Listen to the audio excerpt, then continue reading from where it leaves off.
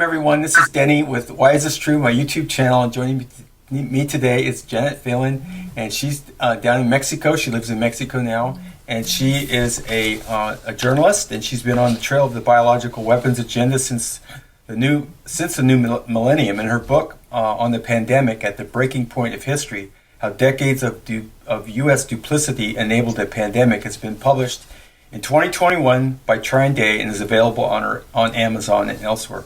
Her articles on this issue have also appeared in Activist Post, New Eastern Outlook, Infowars, and elsewhere.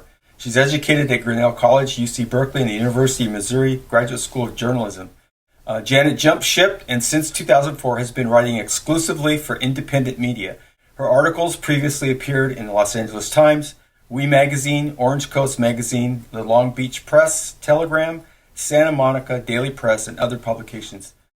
She's the author of the groundbreaking expose EXILE and 2 books of poetry. She resides abroad. And I have read her book. I have it here somewhere in my completed reading pile. She can hold it up too. And I'm very happy to have read her book first, because I know for a lot of interviewers that's not an easy thing to do. But I just want to make a quick comment before we start, is that I'm very happy to interview her because I really see her as a standout, not a Me Too alternative journalist. She's doing stuff that you won't see other journalists doing. That's been my impression. Or she's got a very unique angle on it. So I'm very happy to have you with me today. So thank you. Thank you very much for having me on, Denny. Okay, great. So we have your book, and I think maybe we could start with that, because that's probably going to be one of the more accessible things for people who really want to see what you've committed to a book form in terms, as compared to maybe just an online article. A book seems to have kind of a more sense of permanency, for a writer, because it's such a huge commitment. Can you hold up your book just so people could see? Yes, I can. It is At the Breaking Point of History. Here we are. Yeah. And I thought the cover was unique, but it's people on the beach in these like little glass bubbles. Yeah. Actually, the cover is the work of an artist. I believe he's Spanish. I found his work on Instagram, and I found particularly this picture, and I fell in love with it. And Trine, who published the book, contacted the artist and arranged for rights to use his image here. That's great. It was actually, the name of the image is Summer 2020. Oh my God. Got people with bubbles on the beach, yes. Yeah, and the picture's like worth 1,000 words for sure. I mean, that tells so much about what happened. That image. Yeah, I think so too, actually. Okay, so what was your inspiration for the book?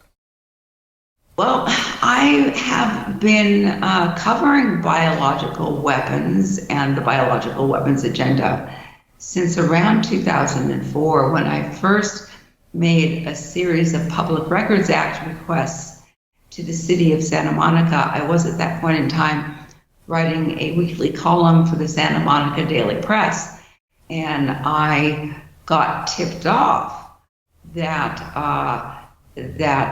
there was a possibility that water was being used potentially as a future delivery system for biological weapons. Now, this is shocking, and you say something like that, and who in the world is going to believe you? So you have to document it. Right. So I started off making a series of Public Records Act requests to the city of Santa Monica. I immediately lost my job at the Santa Monica Daily Press. Upon entering my first Public Records Act request, within 6 hours, I got a call from the editor of the Santa Monica Daily Press. She left me a voicemail. She was extremely upset and said she had not authorized me to make Public Records Act requests, and that I was endangering her position as editor of the Santa Monica Daily Press. Wow. So I went over immediately to the office to try to have a dialogue about this, and I found that I was really already shut out. I was persona non grata. Nobody wanted to talk to me anymore. So I figured that I didn't really need the daily press to pursue this story. So I started working on this without the support or endorsement of a newspaper, and found out that indeed the water systems have been tweaked. And there is so much evidence of this in my book. This is only a part of the concerns that are raised in the book. Yeah. And I have included blueprints. I've included letters back and forth between city agencies. I've included pictures of valves. I think the documentation is pretty airtight. Okay. All right. And then the other thing that you documented in the book was the biological weapons conferences in Europe. Yes. Yeah. Yes, actually, as we are speaking, the ninth review conference of the Biological Weapons Convention is taking place in Geneva right now. And I was at the 7th and 8th review conferences. I did not make it to this review conference. The review conferences last a couple of weeks. Mm-hmm. I was there in 2011 and again in 2016. I went as an NGO, as the head of an NGO, in order to be able to participate. If you go as media, you basically have duct tape across your mouth and you can sit in the peanut gallery and you can't say anything. But if you go as an NGO, you can make a presentation to the convention at large. And twice I did so. I informed the convention with quite a bit of documentation that it had become very clear that the United States was violating the Biological Weapons Convention and was doing so most likely with the intent of launching a pandemic. So this is on the record. Wow. Wait, and that was 2016 that you did that? 2011 and again in 2016. Oh, okay. More evidence in 2016, yes. Wow. So, and you recently had another interview with kind of a more high-profile host, if I'm not mistaken. Who was that? I think you sent me an email about it. That you were on. You did an interview with someone. I can't remember who it was now, but it was kind of a alternative, but almost mainstream in terms of the following. Am I mistaken? Well, I've been interviewed by various different people, all the way from Alex Jones to... This one was recent. Dr. Brian Artis recently.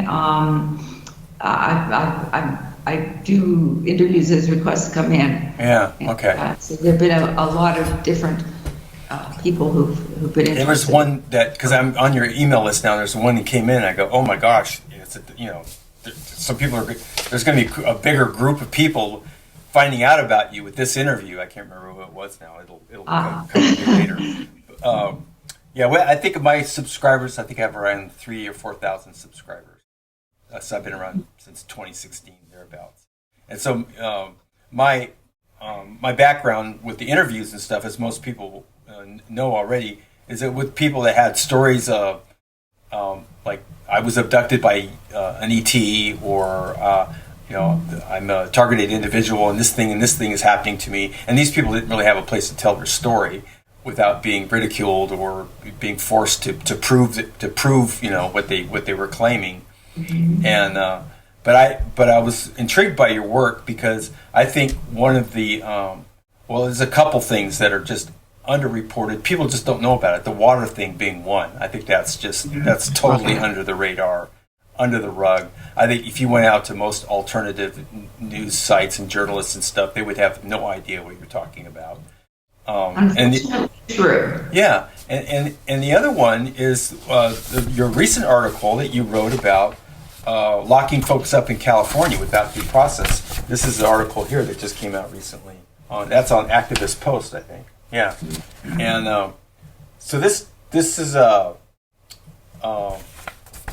form that's circumvented the Constitution, not only the California Constitution, but the United States Constitution. That's right. And I was kind of on the periphery of this as this developed. I don't know why I didn't think it was going to turn into an article, but when I saw it, I was really pleased that she wrote about this. What have you had any reaction to this yet? This article? I've gotten quite a bit of reaction. There have been individuals who have contacted me and have expressed thanks. That I also got an email from the California Department of Social Services, which is mentioned in the article. I made numerous attempts to reach out to them because they actually have produced the form that is violating the Constitution. And I got an initial response, which was sort of friendly and pointed me towards a Title 22 law in California, which actually seems to make this form illegal. And so I began to ask more questions of the California Department of Social Services, because the form was produced apparently in 2011, at least, or at least certainly updated last in 2011, and makes it explicit that a doctor on his own authority, intuition or perception can actually order somebody locked up without any legal recourse, without any due process. And the potential here for abuse is obvious, number one. And number two, there's this little problem called the Constitution that says that a due process clause that says that you can't deprive someone of liberty without due process. Now, California, generally speaking, makes some attempt to provide due process. There are 5150 holds which can last for 3 days, and after that you have to go in front of a judge.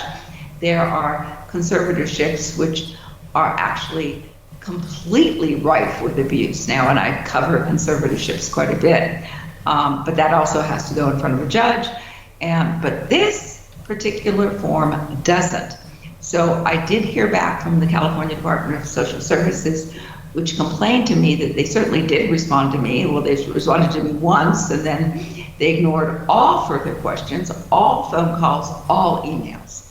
And so I wanted to clarify that they were very nice initially, and then they seemed to have a problem and didn't want to discuss this form any further. So I want to make clear, there are people who have problems, and some of these problems may evidence as mental problems, or maybe they get confused, or they don't know where they are, and maybe they need special care. But the problem with this form is you've got a box to check, and if somebody is deemed incapable of leaving a facility on a doctor's order, there's no legal recourse. That person is locked up, the key is thrown away, and that's the end of it. And it is unconstitutional, and there really should be some sort of avenue for somebody to protest about this. Right, and the forms are included in the article. Yes. So if you go to Activist Post to grab this article, you're going to actually see the forms that you're referring to in there.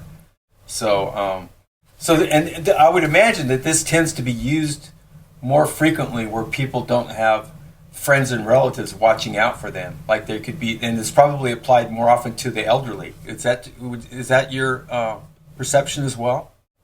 It may be. There is a case now where a 49-year-old person presented at an emergency room following a traffic accident in which said individual went into the windshield and had a concussion, and the doctor, there was so much abuse surrounding this situation. The doctor wrote that the 49-year-old had dementia and had her strapped restrained and immediately transferred to a mental hospital. Now, thank goodness the mental hospital had some wits about it and noted that she was being abused and immediately let her go. So we can see where... Can I interrupt just for a second? Was that form used in that instance where he checked the box, where the doctor checked that box that you referred to? You know, I'm actually not sure. Okay. But it was essentially the same process. A doctor says you have dementia. Actually, the person had who was very, very, very bright and competent, actually had a concussion. Yeah. And this was determined, you know, away from the hospital in a doctor's office, and the person recovered. But we can see from this example where if you get an overworked or possibly an unpleasant doctor, you can actually mess up someone's life irretrievably by making such a sort of pronouncement. And this is one of the reasons that California has attempted to create a system whereby a person has legal redress if there are accusations of lack of capacity. Now, one of the focuses of a lot of my articles and research does have to do with the conservatorship and guardianship process, because it has turned into a mill. You have an older person who possibly has a significant size nest egg, and if that person goes under a conservatorship, the conservator gets total control of the assets, total control of the individual, where they live, if they're allowed to see family or friends, and once again, you have a situation that is absolutely ripe for abuses. So this has been another sort of tangent of my research. I think if I were kind of to summarize my work sort of generally, I think it would kind of go into the category of government hurting people. Mm-hmm. So there are a lot of ways that can happen. It can happen through biological weapons. It can happen through these crazy forms where somebody can be locked up and you throw away the key and no due process. It can happen through guardianship. It can happen through human experimentation. There are a number of ways that this can take place.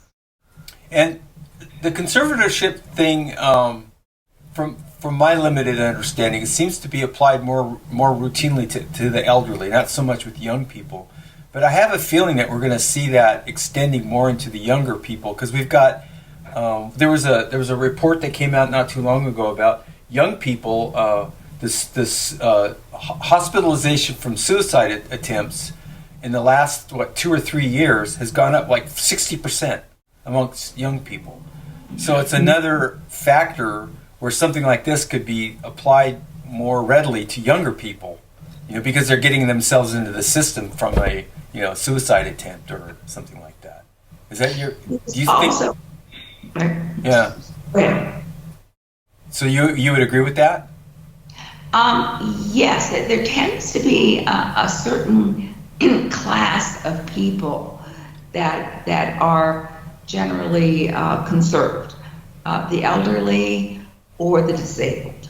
And some people can be disabled through a hospital error.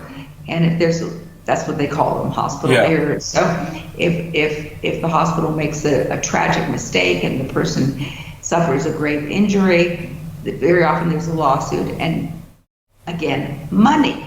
So guardians and conservators like people with money.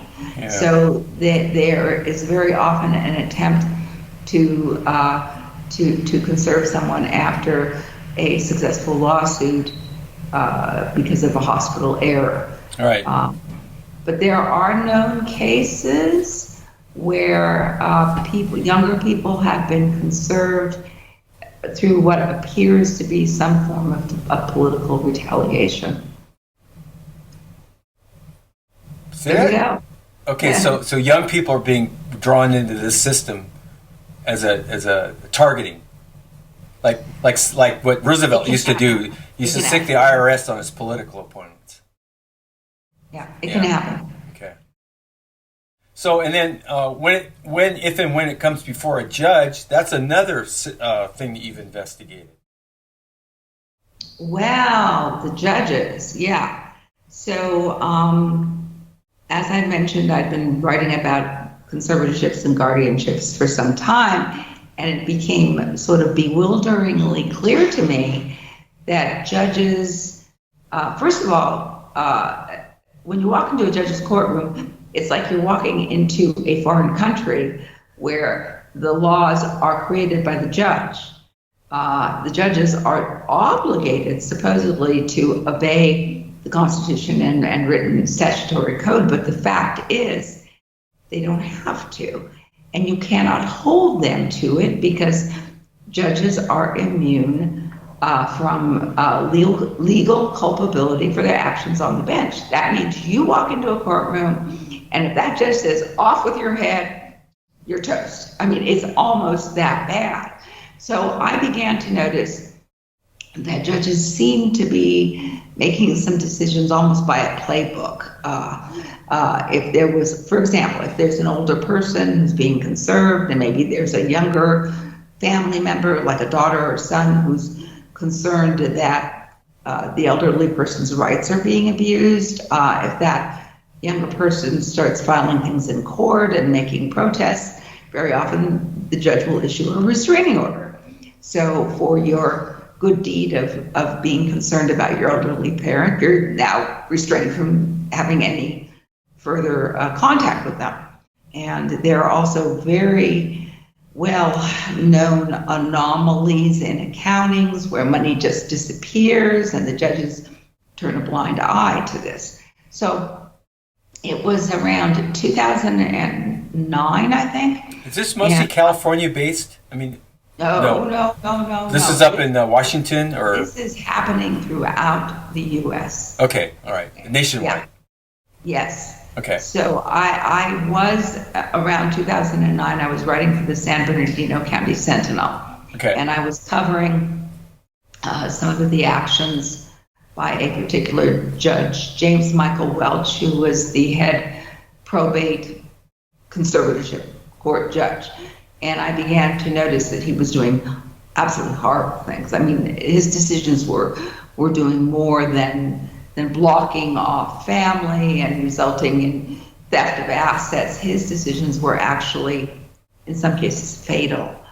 And so I was writing about this, and I was wondering, well, what's in it for him? I mean, is he just a Constitution-hating, black-robed freak who doesn't like old people? I mean, what's going on here?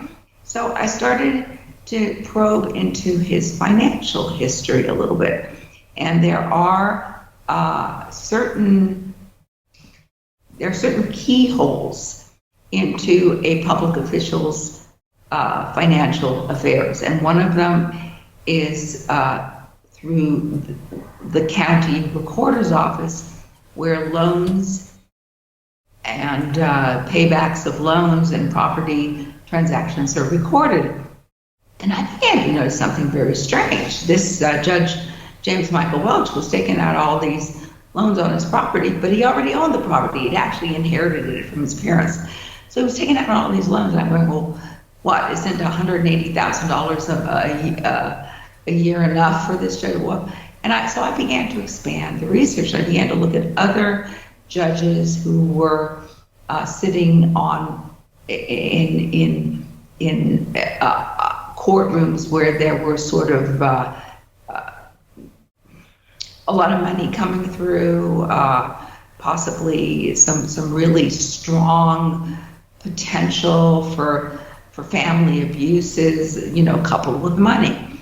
And that's when the light went on in my head, because I saw where these judges, some of them were taking out so many loans, paying them back so quickly. I refer to them as sort of like hyperactive kids in a Willy Wonka chocolate factory. they were just going absolutely ape over these loans, and there was no way on a judge's salary they could pay back these loans so quickly. So I started asking questions, and that's when it began to get really interesting, because suddenly I'd contact the presiding judge, and I'd say, your judge XYZ seems to take out an awful lot of loans and pays them back real quickly. What's going on? Immediately, that judge would be resigning the case, which prompted the inquiry. In at least one case, I chased the judge off the bench.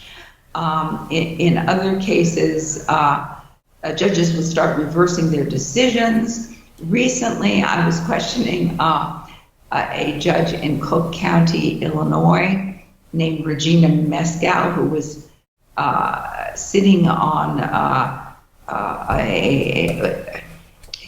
it was a property asset seizure case. Okay. And she basically blocked the defendant from finding out when the court hearings were. The case was expunged from the web. It was hidden from the web. She wasn't notifying the defendant when his hearings were, and then she was issuing these orders, even though he had made a request for a trial. She was just, she was hurting him. So I started looking at her loan history, and I got a little concerned about it and fired off one of my letters. The next thing I know, Regina Mescal actually called a court hearing, a court session, only to discuss my questions. And she was so angry in this court session. She went on for about 20 minutes about this horrible person, Janet Phelan, who's obviously a criminal. She was calling me a criminal. And I immediately contacted the court and said, excuse me, I really don't want to break any laws. What laws am I breaking? Like asking questions or attending Zoom hearings? What's going on here? And of course, there wasn't any response to that. So she was really trying very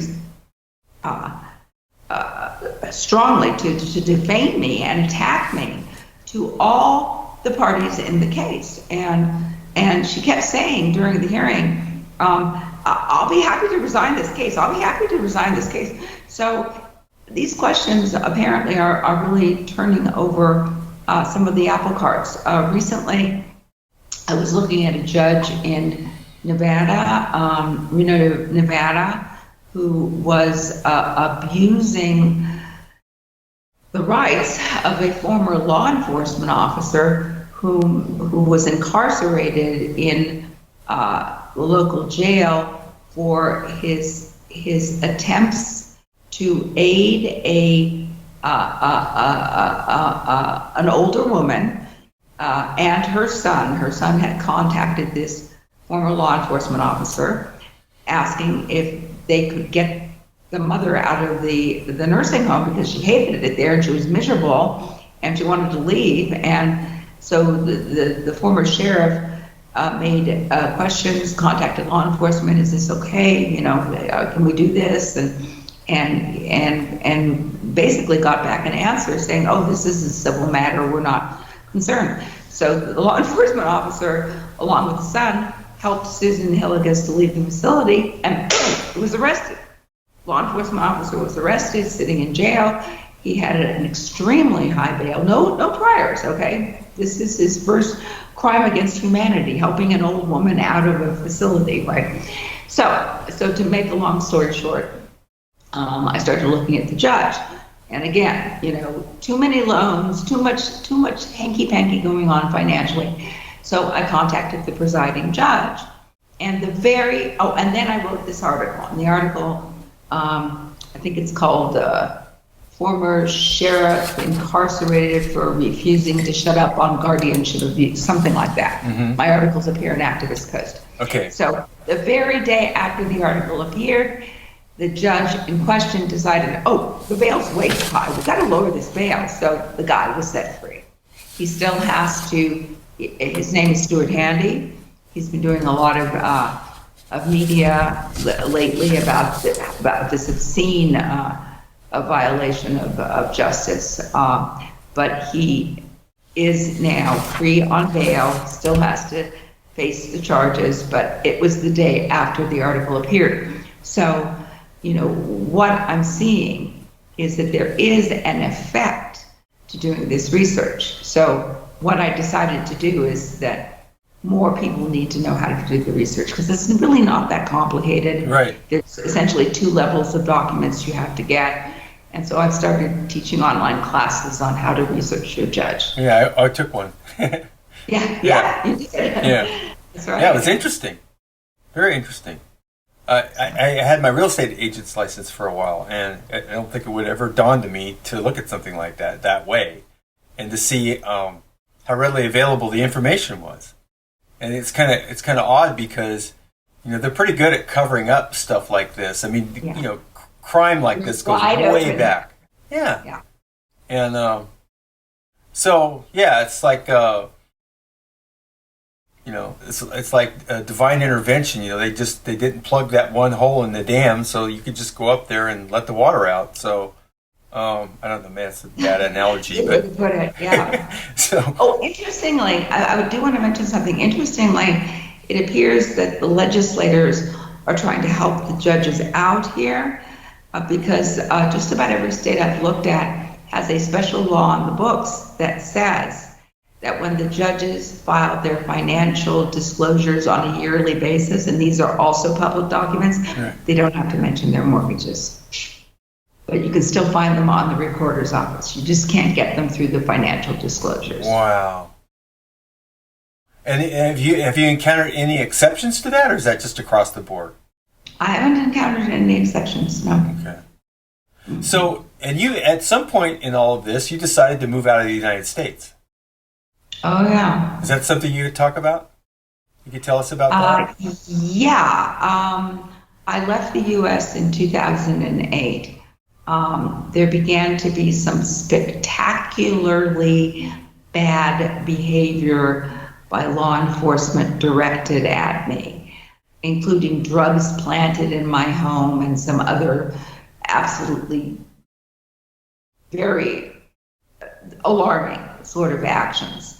So I left the U.S. in 2008, and in 2014 I published a book about exactly what happened, because there was an initiating, this didn't come out of nowhere, right. There was an initiating incident which seemed to have launched the police hounds on me. And that was in California?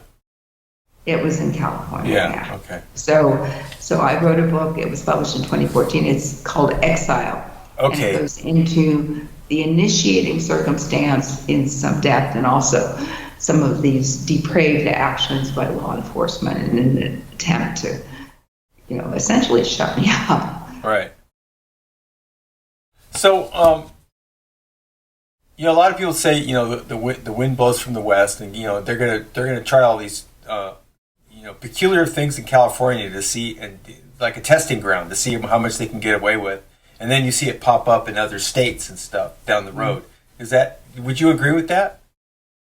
I'm not sure if they're trying them in California first, or I think personally that there's been a huge federalized effort, and that states' rights have been sort of amalgamated into kind of one big clump of federal stuff. And I think less and less the separate states have less wiggle room as far as what they are and aren't doing. But the more egregious examples of infringing on people's rights and stuff, my impression was they would do some of the more outrageous stuff in California to see how much they could get away with, and if it looked like it was successful, then they would incorporate it into other states and stuff down the road. But you haven't seen that necessarily be the case then. Well, there used to be this phrase, "As California goes, so goes the nation," right? Right. So possibly that may hold some water. Yeah.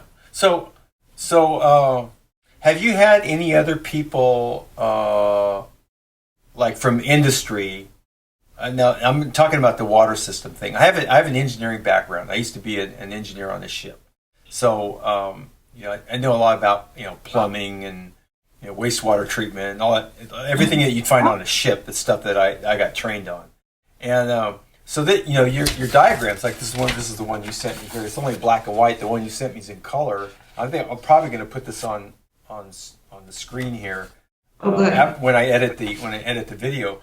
But the infrastructure for something like this has got to cost millions, if not billions, of dollars to do something like this. And one of the questions I wanted to ask you was that what kind of toxins you think they might deploy in a system like this? Because I know in a lot of homes they have a point of use filtration. And it's one of the cheapest methods of filtration that's very effective on removing toxins is a good old-fashioned activated charcoal filter. Right. So can you flesh that out for us about how that may or may not work? One would hope that filtration systems like that would work. The problem with the delivery system, the double line system, as I've delineated it and as appears in these blueprints, is that they can run anything they want to through that second line. So there's no way to know exactly what you're going to be hit with. Right. And I think that... So let me elaborate on that. So that you could actually put some liquid in the other pipeline that would have nothing to do with whether you drank it or not. It would just produce a gas in your house because you poured the water somewhere. Well, I don't know. Well, I do. There's gas. I don't know. Well, there's toxins that you can put in water, and once it goes to atmospheric pressure, the gas comes out of solution. Mm-hmm. Or they could put any sort of bacterial agent or chemical agent. Right. If they wanted to get people's, and I need to kind of to emphasize that this is a selective system, so they're able to target individual households with this, and this is the really diabolical aspect of this. So let's say they want to get somebody drunk. Okay, they can just run vodka through that person's main line. So there's no way to know what they're going to use or how to protect oneself.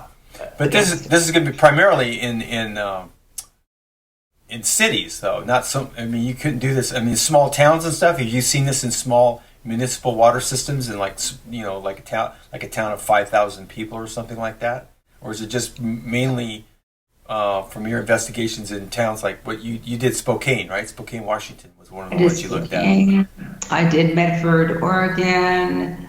Yeah, I did Los Angeles. I don't know how far they've gone in doing this. We do know that in some places people are on wells, and obviously this is not going to be impacting them. I really don't know the extent and reach of this. There were some statements made recently, very briefly, by Dr. David Martin on an interview that he did, discussing how it appeared that this was deployed in Washington, D.C. And I did speak with Dr. Martin, and he expressed some knowledge going back to around 2004 that this double-line water system had been launched. So the extent of it is not something I'm completely sure of, although I do know. I spent several months going through WikiLeaks cable releases to try to determine if this had been exported. And I found in WikiLeaks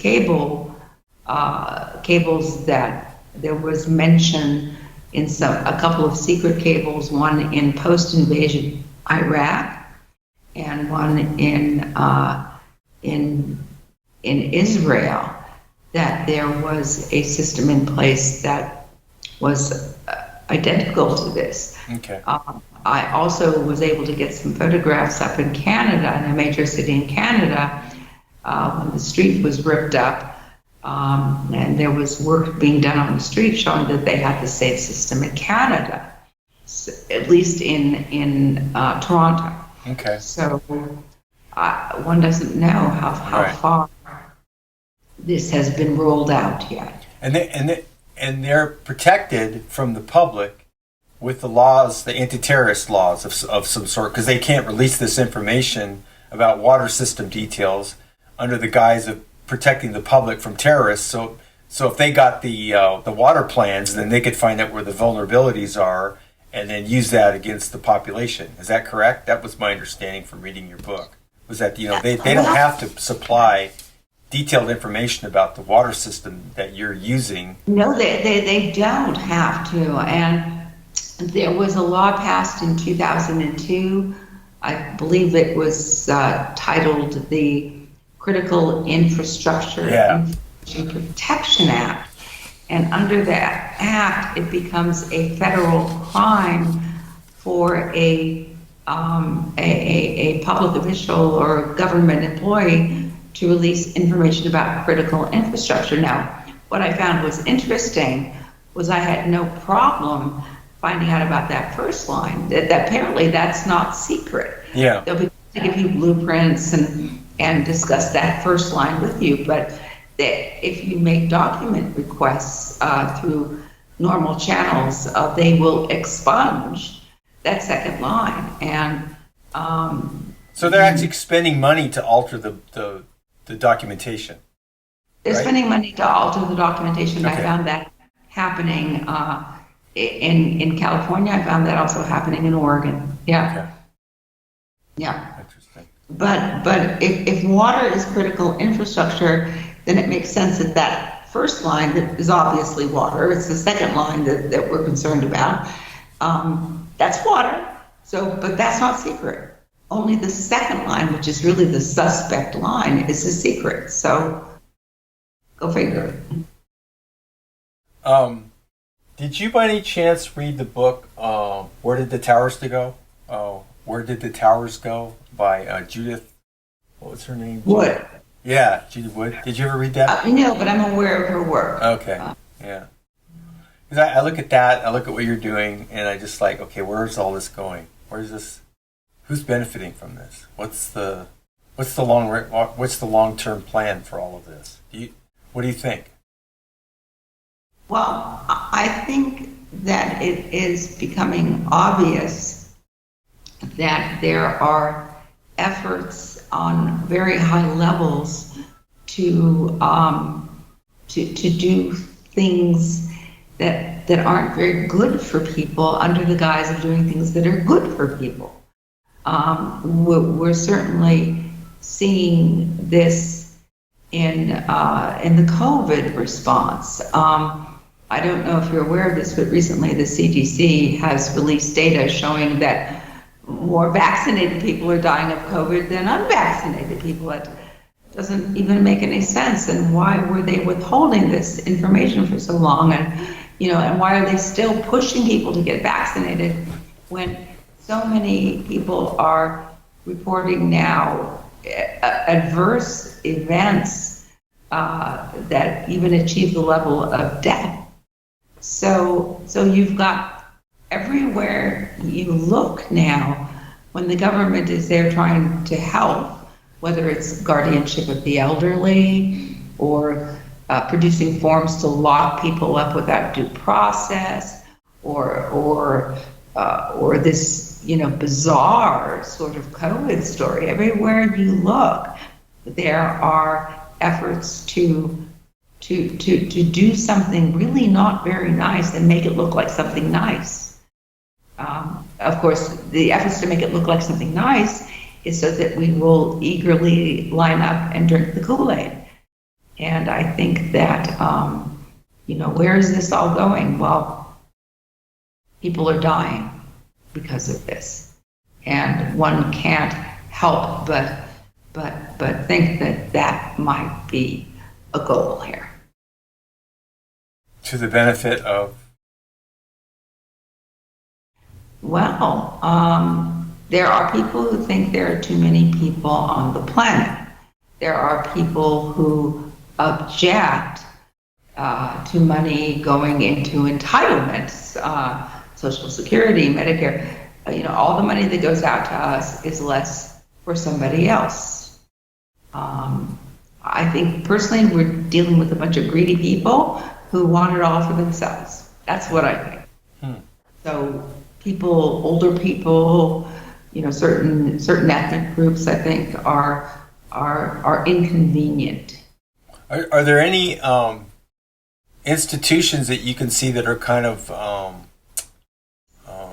free of this kind of influence, or do you think it's endemic in all institutions everywhere? Well, I think we have sort of a trickle-down problem, okay? And I think that these mandates are coming from very high levels of power, and I think they're kind of trickling down and ending up saturating lower levels of power and institutions that may have at one point in time really tried to help people. Yeah, but I think under the pressure of this trickle down. So in your view, it's across the board now. There's no arenas like education or some arena, some area, institution, a human institution that's kind of free of this negative influence. Or is there pockets of people? There are good people in education and health and in medicine, and there are good people who are trying to do the right things. I think it's getting harder to do the right thing because people are being punished. Doctors are losing their licenses. I was just recently contacted by a lawyer who actually fled the U.S. and is making a political refugee claim in a European country. I think it gets harder and harder to function in a totalitarian system, to function as a good person, because the pressures are there to obey. I wouldn't say that there are no good people, there are no good institutions. I wouldn't go that far, but I'm certainly aware of... What's a good institution? Well, I'm aware that there are movements, that there are pressures to squash dissenting voices. And I think right now dissenting voices need to be attended to. But that's not an institution yet, right? Those are people crying out against established institutions. Well, people sometimes within institutions, too. Yeah. So. But they're being targeted as well. It seems to be happening. Yeah. Okay, so I grabbed your book. So I read it. Okay. So if you came back to the U.S., where would you go? I have no plans to come back. But if you did, it's not on the table. But if you did, no, I'm not coming back. I'm not engaging in a flight of fancy here. I'm not coming back. So Mexico has been a good solution for you in this instance, in this case, for what you were up against. I need to be careful what I say about. I'm very grateful to be here. Given the police misconduct I was experiencing in the States, I find it far better for me to be here. So. Yeah. So I mean, this is something that's been going on. Like there was what was it, like the Gerson therapy for cancer? They got run out of the United States, I don't know, back in the 70s or something like that, and they had to go to Mexico. and I think they still have one of their clinics there. So Mexico has been kind of an oasis in a lot of ways for a lot of people who haven't been able to do their work in the U.S. to help people. That's actually true. There's a lot of respect here for natural medicine, native medicine. The U.S. tends to be very allopathic in its orientation and pretty aggressive about it too. Yeah, very aggressive about it. And here, natural medicine is accepted and embraced by most people. Actually, when COVID hit, I was interested in talking to people about what they were doing, what their reactions were, and it came out very quickly that people became aware that if you went to the hospital with COVID symptoms, you weren't getting out of the hospital alive. And many, many people explained to me, well, my aunt got sick or my brother got sick and stayed home and drank herbal tea and is fine now.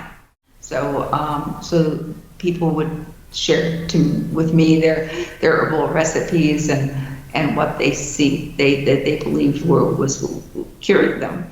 And too many instances of people going into the hospital and not coming out. So it's more acceptable here to stay out, to do that route. Yeah, and they're not pressured like in general. Like up here there seemed to be a lot of pressure. Like if there was some medical thing, then you had to go see the doctor, or you had to go to the hospital. And if you didn't do that, then there was something wrong with you, or something wrong with your outlook. And right. Yeah. Right. And although many people did go ahead and get vaccinated here, I think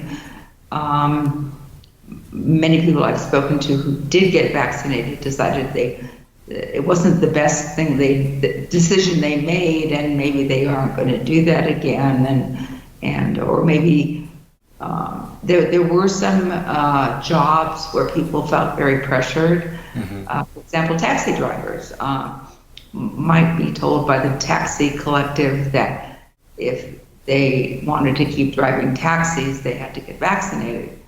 Mm-hmm. And that did happen. Some people were told that. And I think the taxi drivers I've talked to about this largely aren't too happy about it. Yeah. But generally speaking, there wasn't the group think that you see happening so much in the U.S. about this. So what are the so for as being a journalist and doing the work that you're doing, is there any kind of impediments to living outside of the United States, or do you feel like you've still got the capabilities that you had when you were here?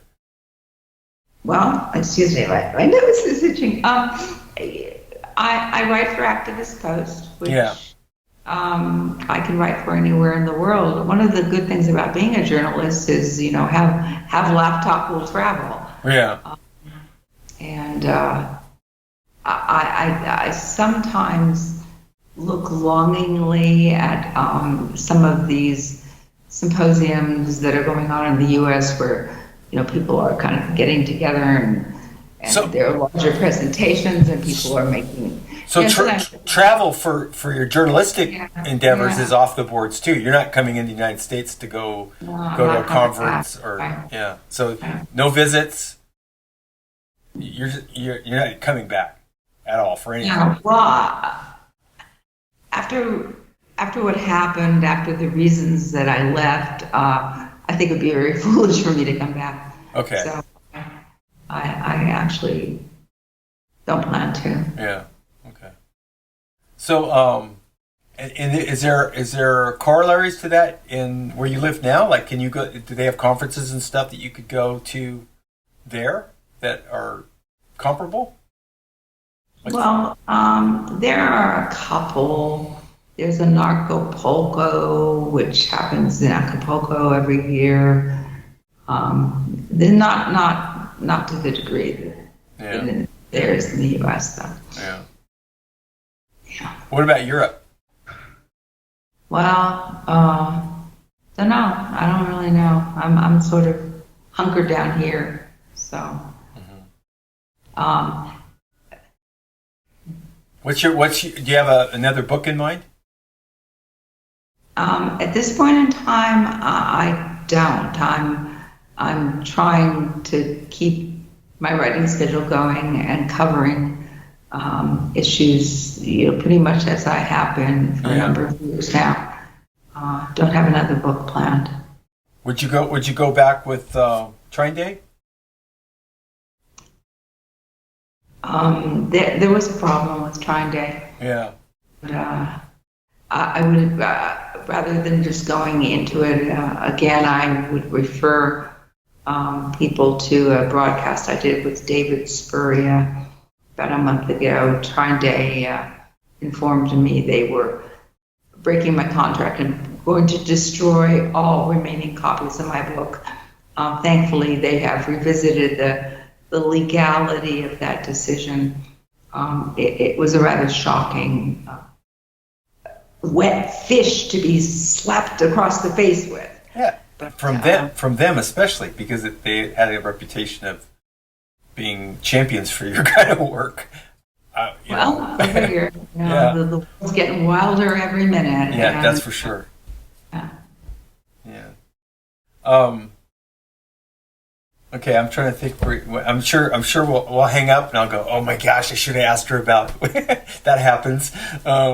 Is there anything else that you'd like to talk about or bring up, or? One thing I want to do is I'll get some links from you. Some of the things we talked about, I'll put links in the description so people, when they see this, I'll upload it to several different platforms, not just YouTube. And then you can go into the description there and grab these links and go read some of the stuff that we talked about, some of your work. But I don't want you to have the feeling that I might have after we hang up. Oh, so we should have talked about this. Yeah, well, I think it's been a good interview. Okay. We've touched a lot of bases, and I think I just really want to encourage people to think for themselves and not to accept something just because they heard it on TV or just because Dr. XYZ said so. We were all given a certain amount of ability to think independently and make our own decisions, and it's really important now that we exercise that ability, because it's becoming more and more difficult to know who's giving us the real deal. Yeah, exactly. That's one of the reasons I'm a big fan of books, is because there's such an effort that's put into putting something in print, hard copy print like that my impression is that people tend to be a little bit more careful about what they do if they commit it to writing in that way. So I like I remember when 9/11 hit, I was like, I'm going to just withhold judgment, wait a couple years, and there's going to be some great books about this. And that's what I did. And I was so happy I did that, rather than get caught up in the, he said, she said, and this thing's on the internet, that thing's on the internet. But I think it was after about 4 years after it happened, there were some excellent books about 9/11 that could really, I felt like I used my time well that way. But yeah, even with books though, it's hard. Sometimes you're gonna get. It's not that it's not true. It's just that it's putting you in a cul-de-sac where there's where you're going to go from there. You've got some body of information that really doesn't point to any solutions or the actual causal factors. I think that's one of the things that we have problems with, is that we assign causes to symptoms. I think that's we have a lot of symptoms and very unclear notions about what the actual causes are for things. So that's been kind of like I've been bird dogging that kind of thing for quite a few years now. But this work that you're doing and journalists like you are doing are very good signposts for getting in the rabbit hole and making that time productive. And leading, one thing leads to another, and you can get a better picture of what's really happening in the world, and then from there maybe the whys can come to fore. So I really appreciate your book, your work, your articles, and the fact that you're not a Me Too journalist, which we see a lot of people, independent journalists now. A story will pop up somewhere, and then they pile on because it's trending. you know, Mhm. and Yeah, that's was true. was very refreshing to see what the kinds of things that you're looking at that really can't be found elsewhere. Thank you. I really appreciate that. Thank Yeah. you, Jen. Okay. Well, thank you, Janet, for joining me, and thanks everybody for watching. And I'll be back again with another interview soon. Bye bye.